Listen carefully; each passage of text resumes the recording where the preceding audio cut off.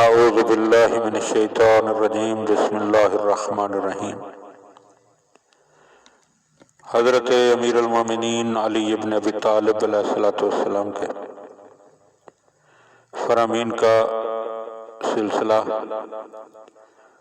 اور اس وقت وہ فرامین کے بقول سید رضی علیہ رحمہ تفسیر و تشریح اور وضاحت کے طلبگار ہیں۔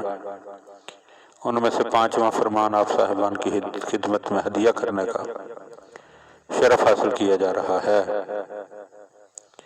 فی حدیث ہی علیہ السلام، آپ علیہ السلام کا ایک ارشاد، ان الایمان یبدأ لمزة فی القلب۔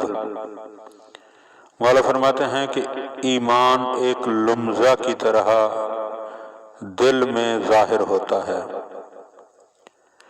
کلما ازداد الایمان ازدادت اللمزۃ۔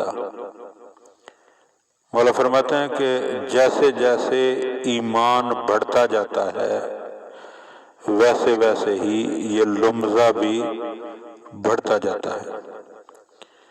اور اس سارے فرمان میں ایک لفظ ہے لمزہ۔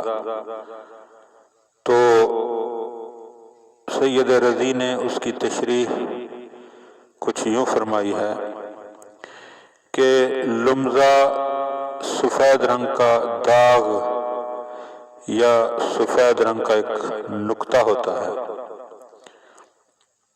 یا یوں کہہ لیں کہ سفید رنگ کا ایک دھبا سا ہوتا ہے، چھوٹا سا۔ اور اسی لیے جب گھوڑے کے نچلے ہونٹ پر سفید داغ ہوتا ہے تو اسے فرس اللمز کہتے ہیں۔